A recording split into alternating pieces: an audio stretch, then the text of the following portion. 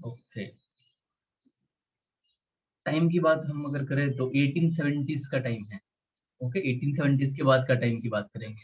और जो लोग ओके 1870s के टाइम की बात कर रहे हैं, इसका मतलब 1857 का रिवोल्ट आपके दिमाग में आएगा। तो चैप्टर है हमारे पास, उसके बारे में भी पढ़ेंगे। अभी देख रहे हैं how did tribal groups leave. अब सिंपल सी बात है, कैसे जीते होंगे? हमारे जीने का तरीका जो है वही उनका भी होगा, बट कुछ चेंजेस है। ओके, जिसको थोड़ा समझना पड़ेगा। अब सोचो क्या चेंजेस है। हमारा लाइफ कैसा है, हम लोग सिटी में रहते हैं। ओके, ज्यादातर हमें सारी चीजें प्रिपेयर्ड मिलती है। ओके, घर पे ही मिल जाती है। कोई एक पर्सन है जो घर से बाहर काम करने के लिए जाता है। यहाँ पे ऐसा नहीं देखने को मिलेगा। यहाँ पे जितने भी लोग हैं घर में, बच्चों को छोड़ के सारे काम करते हैं। कोई जंगल प्रोडक्ट लाता है, कोई फार्मिंग करता है, एक्सेट्रा। तो बहुत सारे काम है इनके पास। So various activities they have done. Okay, right now the same situation is going on, so remember this thing. Some were Zoom cultivators. Okay, I already told you. Okay, what is Zoom cultivators or who are the Zoom cultivators? Zoom cultivation का मतलब क्या है, already told. Okay, जिनको याद है सही, अगर नहीं याद तो वापस बता दो। जूम कल्टीवेशन का मतलब होता है okay exchange the place. Okay, मान लो कि हम यहाँ फार्मिंग करते हैं, उसके बाद मैं जगह बदल देता हूँ। राइट, मैं एक ही जगह पे फार्मिंग करता हूँ, मैं अकेला ही फार्मिंग करता हूँ और कोई भी नहीं होगा। तो इसको क्या बोलेंगे? Zoom cultivation. मैं अकेला हूँ जो फार्मर हूँ, बाकी के है लेकिन एक ही जगह पे फार्म करता हूँ, उसके बाद वो जगह छोड़ के मैं कहीं और शिफ्ट हो जाऊंगा। ये जो है वो जूम कल्टीवेशन है, ये सिस्टम है जूम कल्टीवेशन का, एक जगह फार्मिंग करना। क्योंकि ये जो कल्टीवेटर्स थे वो एक जगह पे परमानेंट सेटलमेंट में नहीं मानते थे। ये लोग एक जगह नहीं रहते थे, ये लोग एक जगह से दूसरी जगह शिफ्ट होते रहते थे। मान लो सूरत में रहते हैं, ओके, कामरेज एरिया में, यहाँ एक बार फार्मिंग किया, उसके बाद वो वाली जगह छोड़ के मान लो कि नवसारी चले गए, छुट के गए ना मिलने की वजह से यहाँ पे, तो वहां जाके फार्मिंग करेंगे। तो ये जो सिस्टम है वो शुरू हुआ। तो ये लोग जूम कल्टीवेटर इसीलिए कहलाए। ओके, क्योंकि उन्होंने काम जो है वो कौन सा शुरू किया? जूम कल्टीवेशन करने का। जूम कल्टीवेशन का मतलब मैंने ऑलरेडी आपको बताया। ओके, इसकी वजह से ऐसा होता है। तो याद रखना, ये भी बहुत इंपॉर्टेंट है आपके लिए। ओके, चलो आगे बढ़े।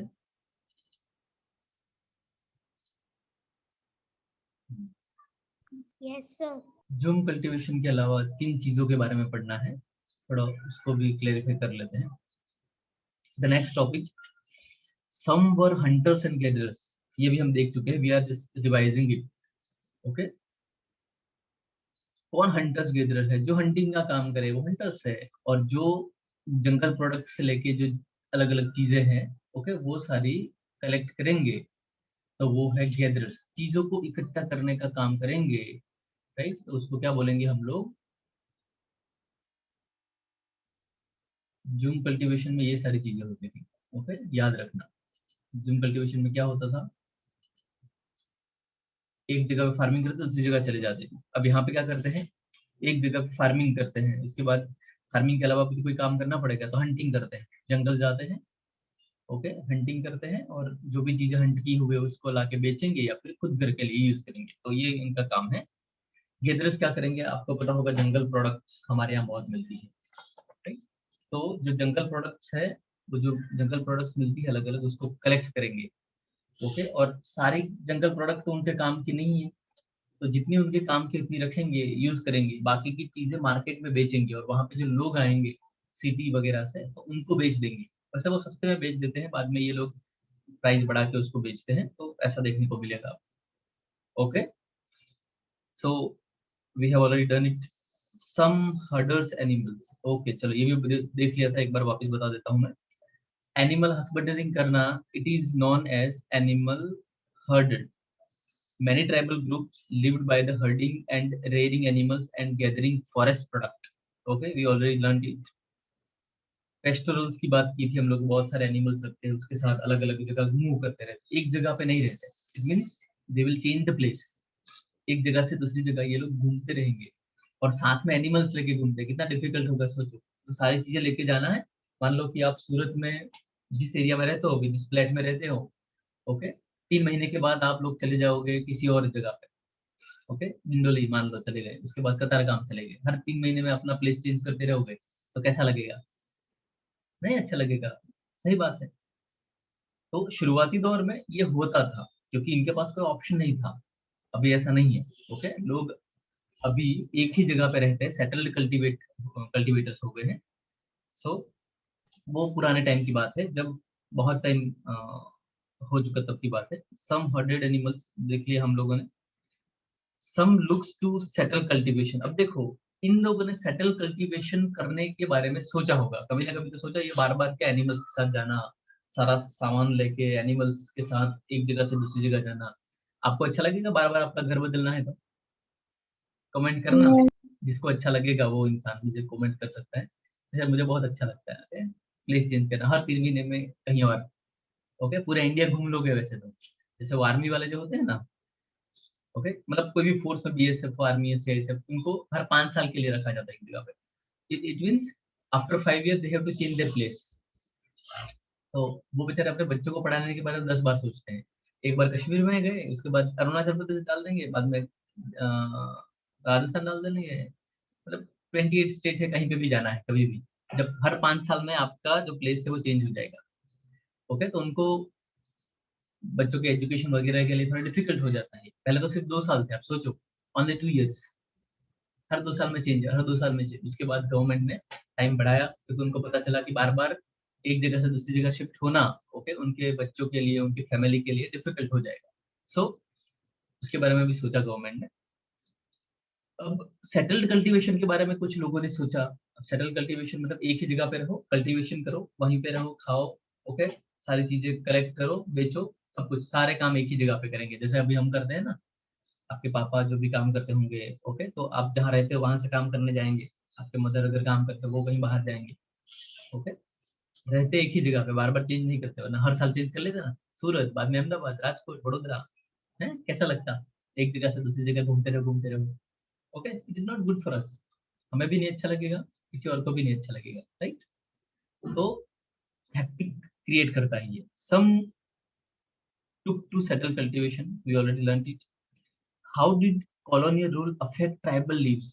ओके, ये बहुत इंपॉर्टेंट टॉपिक है, याद रखना आपको।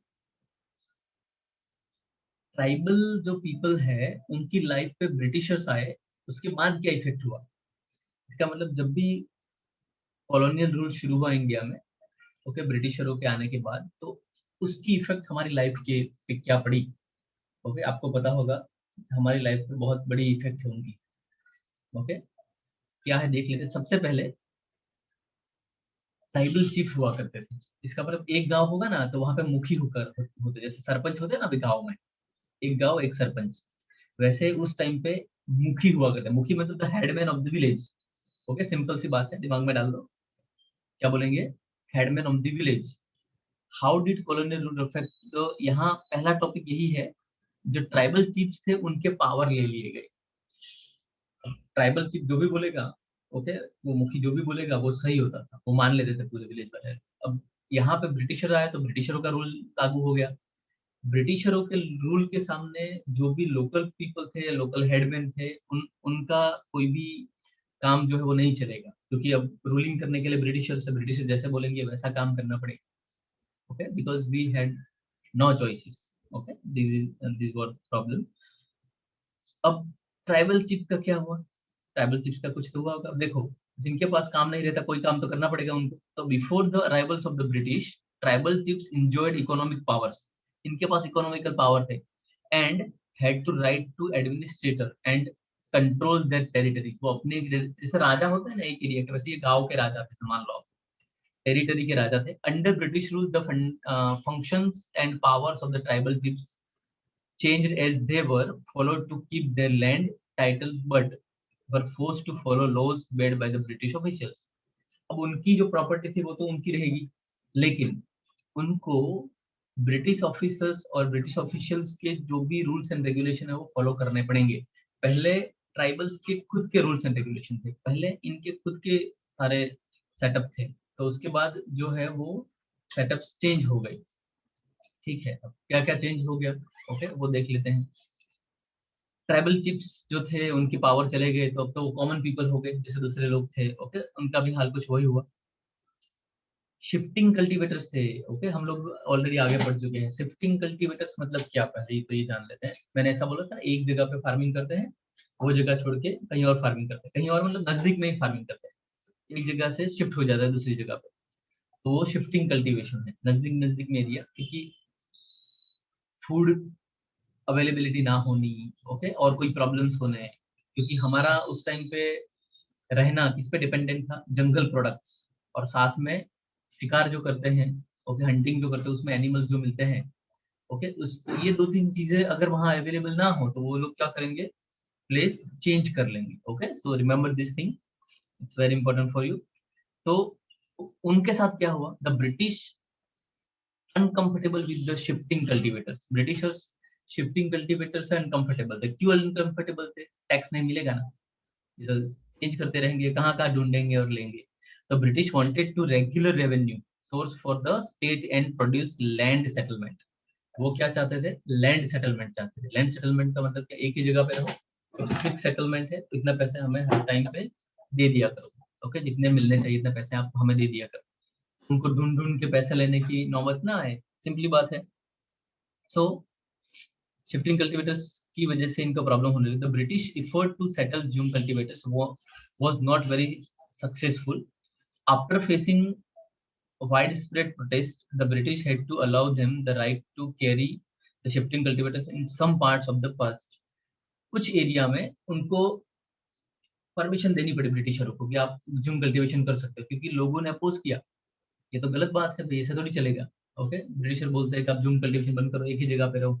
अब उनकी लाइफ तो मिजरेबल हो जाएगी इसकी वजह से, ओके सैड हो जाएगी, प्रॉब्लम्स बढ़ जाएगी। इसकी वजह से इन्होंने, ब्रिटिशरों ने उनको कुछ टर्म्स एंड कंडीशन के हिसाब से फ्रीडम दी कि आप ये कर सकते, ये नहीं कर सकते वैसा। Forest laws and their impact. Forest law सबसे पहले आप दिमाग में डाल देना, ब्रिटिशरों ने आके ट्राइबल्स की लाइफ पे अगर कोई सबसे बड़ा इफेक्ट डाला हो तो वो है फॉरेस्ट लॉ। जंगल के रूल्स उस टाइम पे हमारे थे, इसका मतलब ट्राइबल पीपल के ही जंगल थे, तो जंगल के रूल्स भी ट्राइबल्स के थे। आपने देखा होगा ट्राइबल पीपल जनरली जंगल के आसपास के एरिया में आज भी देखने को मिलते हैं। तो हम बात कर रहे हैं आज से 300 साल पहले, okay we are talking about 300 years back. तो आप सोचो आज से 300 साल पहले का हाल क्या होगा, ऑफकोर्स अलग होगा ना आज की कंपैरिजन में। तो उस टाइम पे तो उनके पास बहुत कुछ था, ओके अब कौन सी चीजें थी देख लेते हैं। Forest laws and their impact. Forest law बनाए हैं ब्रिटिशरों को आने के बाद। जंगल प्रोडक्ट्स कौन यूज कर सकता है, जंगल में कौन जा सकता है, एनिमल्स ले जा सकता है कि नहीं ले जा सकता, कौन सी चीजों के बारे में इन लोगों को ध्यान रखना, ये सारे जंगल लॉ में आ जाता था। The life of the tribal groups was directly connected to the forest. I already told you. The British extend their control over the forest and declare them as a state property. अब ब्रिटिशरों ने क्या किया कि जो जंगल products थी और जंगल थे उसको स्टेट पॉलिसी में डाल दिया। इसका मतलब कि जो भी स्टेट गवर्नमेंट है उसके अंडर आ जाएंगे अब से जंगल। तो जंगल में कोई भी काम करने से पहले किसकी परमिशन लेनी जरूरी हो जाएगी, स्टेट की, जो भी है। अब स्टेट के हेड तो ब्रिटिशर थे, इसका मतलब अल्टीमेटली ब्रिटिशरों का ही हमें तो ध्यान रखना पड़ेगा। ओके सेम मैटर यहाँ पे भी देखने को मिल रहा है। तो ये एक बड़ी सी चुनौती आ गई इनके सामने। The British extend their control over all forest and declare them as a state property. Reserved forest were for producing timber with the British wanted. अब ब्रिटिशरों ने ऐसा क्यों किया, जो भी जंगल में लकड़ियां थी ना उसको काट के ये लोग फर्नीचर के लिए और दूसरे कामों के लिए बेचना चाहते थे। बिजनेस करने आए थे ब्रिटिशर, आपको पता है। ओके वर्ल्ड के सबसे बेस्ट बेस्ट बिजनेसमैन उस टाइम के हुआ करते थे, आजकल तो नहीं रहे बेचारे, हालत खराब है उनकी। आजकल सब लोग जब भी ब्रिटिश या किसी बिजनेसमैन की बात होती है जनरली लोग गुजरात की ओर देखते हैं। ओके अगर गुजरात अलग कंट्री होता तो हम इकोनॉमी के हिसाब से 6th रैंक पे होते पूरे वर्ल्ड में। आप सोच सकते हो कितना बिजनेस होता होगा इसके छोटे से स्टेट में। ओके ये सोचने वाली बात है, 6th रैंक पे होते, इसका मतलब टॉप 5 इकोनॉमीज है उसके बाद हम होते। एज अ कंट्री अगर होता तो, लेकिन हम तो स्टेट है। ओके, इंडिया में आता है। इंडिया का जो जीडीपी है, ओके, वो भी मैक्सिमम किस पे डिपेंड करता है? गुजरात पे, क्योंकि यहाँ प्रोडक्शन और जो इकोनॉमिकल एक्टिविटीज है वो ज्यादा है दूसरे स्टेट की कंपैरिजन में, इसीलिए। ओके, आगे बढ़ जाते हैं। क्या इम्पैक्ट हुए? तो ये टिम्बर चाहते थे। In reserve forest people were not allowed to move freely और प्रैक्टिस जूम कल्टीवेशन। देखो, जंगल में एक तो ये लोग जा नहीं सकते, जूम कल्टीवेशन कर नहीं सकते। ओके, आप सोचो, जूम कल्टीवेशन नहीं कर सकते, जंगल में जाने से रोक दिया गया, अलाउ नहीं किया गया उनको जंगल जाने से। अगर जंगल जाएंगे तो प्रॉब्लम भी तो क्रिएट होंगे ब्रिटिशर के लिए। आपको क्या लगता है, हम लोग ऐसे ही छोड़ देंगे सब? इसीलिए ब्रिटिशर समझदार थे, हम लोग के जंगल में इनको जाना ही है, एंट्री बंद कर दो इनकी, एंट्री बंद कर दी। अभी many tribal groups reacted. Okay, बहुत सारे ट्राइबल ग्रुप ने रिएक्ट किया कि ये गलत है, नहीं चलेगा। Colonial forest by laws and rose in the open rebellion, और ये लोग ओपन रिबेलियन भी बन गए। ओके, इन्होंने रिबेल स्टार्ट कर दिया ब्रिटिशर के खिलाफ कि जंगल तो हमारी प्रॉपर्टी थी, आपने ले ली, अब जंगल में घुसने भी नहीं देते। आप सोचो, आपका घर हो, ओके, ओके, कोई आके आपको अपने घर से निकाल ले और वहां पे आके बैठ जाए, नहीं चलेगा। ओके, बोले कि भैया आज से घर में भी नहीं आना, तो कैसा लगेगा? ट्राइबल्स का कुछ ऐसा ही था। ओके, उनकी प्रॉपर्टी किसकी हो गई? ब्रिटिशरों की हो गई। सो प्रॉब्लम्स बढ़ गए थे। Problem with trade. अब ट्रेडिंग करने में क्या प्रॉब्लम आई? ओके, ट्रेडिंग तो वैसे भी ये लोग करते नहीं थे। ओके, अगर करते तो यहाँ पर ट्रेडर्स होते थे, वो सारी चीजें करते थे। तो ये समझना पड़ेगा आपको। The problem with the trade, trade के साथ क्या प्रॉब्लम्स थी? तो during the 19th century tribal group found the traders and money lenders were coming into forest and offering cash loans to the tribal people and asking them to work for wages. अब पहले ये खुद honour थे, right now पूरा scenario जो था वो change हो गया है। अब ब्रिटिशर्स आपको ऑफर करेंगे कि आपको ये काम करना, उसके बदले में आपको पैसे मिलेंगे। अब सोचो, पूरा सिस्टम चेंज हो गया। मनी लेंडर्स आएंगे, आपको उधार देंगे, लोन देंगे और बताएंगे कि ये पैसे आप ये काम करो और आउटकम जो है वो हमें दो। ओके, ऐसा कुछ माहौल क्रिएट हो गया था। Sir yes, I am listening. Sir ये आप है ना ग्रुप में वीडियो डाल देना, कुछ समझ नहीं आ रहा है, नेटवर्क का ओके प्रॉब्लम हो रहा ओके, है। No problem, it is going on. Okay, it is going on, record हो रहा है, आपको यूट्यूब में मिल जाएगा, देख लेना। जिन जिनको नेटवर्क इश्यू है वो शांति से जाके देख लेना, कोई बात नहीं। चलो आगे बढ़ते हैं। Indian silk was in demand in European market during the 18th century. अब देखो, ये टाइमिंग कौन सा है? 18th सेंचुरी का। और 18th सेंचुरी में इंडियन चीजों की डिमांड यूरोप में बहुत हुआ करती। ऐसा नहीं कि एक ही चीज की डिमांड थी, बहुत सारी चीजों की डिमांड यूरोप में हुआ करती। जैसे इंडिगो की डिमांड थी, हमारे कॉटन की डिमांड थी, ऐसे बहुत सारी चीजों की डिमांड थी। ब्रिटिशर्स ये सारी चीजें इंडिया से ले जाना चाहते थे, लेकिन डायरेक्ट नहीं ले जा सकते। ओके, क्योंकि क्रिएटर्स तो हम लोग हैं, ओके, बेचने वाले भी हम लोग हैं। तो हम उसको प्रोड्यूस करके देंगे तभी ब्रिटिशर ले जाके बेचेंगे ना, बेचने वाले तो थर्ड पार्टी में आएंगे। ओके, सर्विस सेक्टर में आता है, तो पहले दो सेक्टर में काम करेंगे तभी थर्ड सेक्टर में आएंगे, राइट? तो ये एक प्रॉब्लम थी उनके लिए। तो वो लोग वहां जाके बेचना चाहते थे। Reserve forest. अब इंडियन सिल्क जो है, ओके, वो भी तो हमारे यहाँ के लोग जो है, स्पेशल पीपल जिसको बोलते हैं ना हम लोग, वो बना सकते थे, हम नहीं बना सकते। क्या आवाज आ रही है? म्यूट हो जाइए।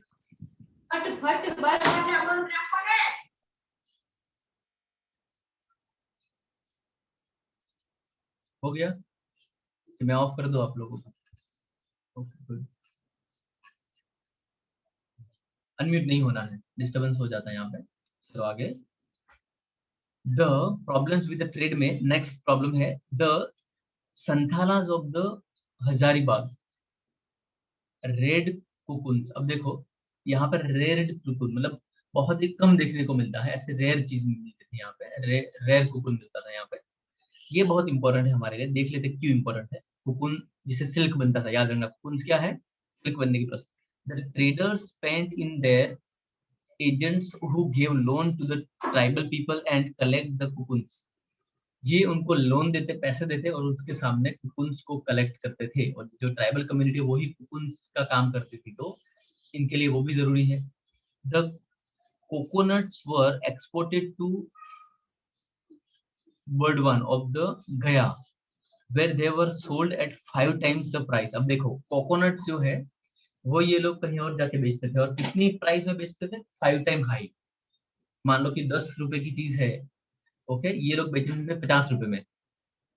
यहाँ से इंडियन से कितने में खरीदेंगे, 10 रुपए में बेचेंगे, 50 रुपए में। ये वाला हाल था उस टाइम पे। तो ये तो हमें नुकसान था, लेकिन क्या कर सकते, कोई ऑप्शन नहीं था, हम ब्रिटिशर के गुलाम थे। ओके, क्या कर सकते थे। फिर भी लोगों ने रिएक्ट तो किया, लेकिन उस रिएक्शन का कोई अल्टीमेट सोल्यूशन नहीं आया, ऐसा बोल सकते हैं। चलो नेक्स्ट टॉपिक पे जाए। 10 मिनट है हमारे पास। एक टॉपिक है, उसको कंप्लीट कर लेते हैं, उसके बाद बाकी का कल देखेंगे। The search for the work. अब देखो उनका काम बंद हो गया, ब्रिटिशरों ने जंगल में जाने से अलाउ करना बंद कर दिया, तो उनके काम जो थे ना वो कम हो गए, राइट।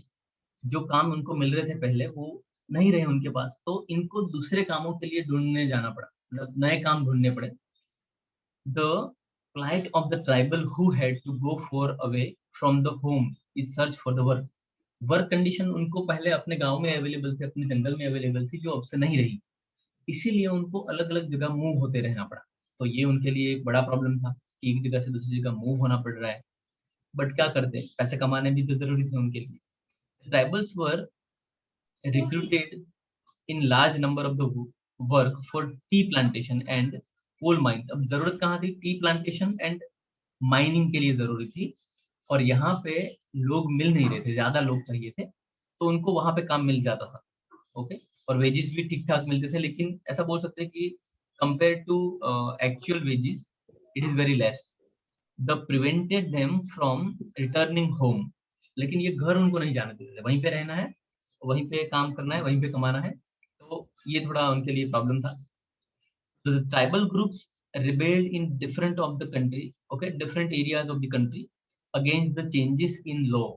बहुत सारे जो ट्राइबल ग्रुप्स हैं उन्होंने रिएक्ट किया इसके सामने। on their practices, the new taxes they had to pay and exploitation by traders and money lender। एक तो मनी लेंडर्स परेशान करते थे, ट्रेडर्स परेशान करते थे इन लोगों को, एक्सप्लोइट करते थे। क्यों एक्सप्लोइट करते थे, क्योंकि ये उनसे चीजें खरीदते थे या उनको चीजें बेचते थे, बहुत कम दामों में लेते और बहुत कम हाई दामों में बेचते थे, तो उसकी वजह से एक प्रॉब्लम था। ऑलरेडी जंगल लॉज ओके लग चुके थे और इनको प्रॉब्लम्स बढ़ चुकी थी। इतना सारा माहौल खराब होने के बाद आप सोच सकते हो कि कोई भी इंसान होगा वो रिबेल तो करेगा ही करेगा। ओके, एक लेवल होता है ना, टॉलरेंस लेवल, ओके, इसके ऊपर चला जाए तो प्रॉब्लम्स बढ़ जाती है। ओके, अब जो ट्राइबल कम्युनिटीज में टॉलरेंस लेवल खत्म हो गया, उसके बाद उन्होंने जो रिबेल किया, वो रिबेल कैसे हुए, ओके, उसकी लीडरशिप किसने ली, कौन फेमस पर्सन रहा, उसके बारे में पढ़ेंगे नेक्स्ट लेक्चर में हम लोग। तो राइट नाउ हम पढ़े कि इंडियन कल्टीवेशन में जो ट्राइबल्स है, ओके, उनका क्या योगदान था, ट्राइबल पीपल कैसे थे। अब पढ़ेंगे कि इन्होंने रिबेल किया। याद रखना, रिबेल में ट्राइबल पीपल बहुत इंपॉर्टेंट है। ब्रिटिशरों को इंडिया से निकालने के लिए जो भी काम ट्राइबल पीपल ने किया है वो बहुत ही इम्पोर्टेंट वर्क में से एक है, क्योंकि ये लोग जैसे कॉमन पीपल फाइट करते वैसा नहीं करते थे, इनका फाइट करने का तरीका अलग था। ओके, अब उस फाइट के तरीके से ब्रिटिशर्स परेशान थे। फिर ट्राइबल, अगर इंडिया में सबसे ज्यादा किसी ने परेशान किया ना ब्रिटिशर को, याद रखना ट्राइबल पीपल ने परेशान किया था, क्योंकि इनका लड़ने का तरीका जो था ना वो बहुत जबरदस्त था। उसको बोलते हैं हम लोग, आपको पता होगा, जो शिवाजी महाराज थे एंड राजस्थान में महाराणा प्रताप थे, वो गुरिल्ला वॉर पैटर्न से काम करते थे। ये गुरिल्ला वॉर पैटर्न एक ट्राइबल कम्युनिटी की देन है। ट्राइबल कम्युनिटी ऐसे लड़ाई करती थी, ऐसे वॉर करती थी। जंगल में अगर उनके सामने कोई आ जाता है, ओके, तो उसके साथ वो लोग आमने सामने की लड़ाई नहीं करते थे। ओके, वो लड़ाई कैसे करेंगे, वॉर कैसे करेंगे, मान लो कि एक बड़ा सा पहाड़ है, ओके, और पहाड़ के बीच में, मतलब दो पहाड़ है, पहाड़ के बीच में एक बड़ी सी चैनल है, ओके, वहां से आना जाना होता है लोगों का, तो ये ऊपर रहते थे, ओके, वहां से तीर मारते थे। हाँ जी, देखा है आप लोगों ने, उसमें दिखाया है वो सीन। ओके, वो मूवी देखना, आइडिया आ जाएगा आपको। और दूसरा, ऊपर से बड़े बड़े पत्थर फेंक देते थे, तो आधी जो आर्मी थी वो तो उसी में मर जाती, रही बाकी आर्मी।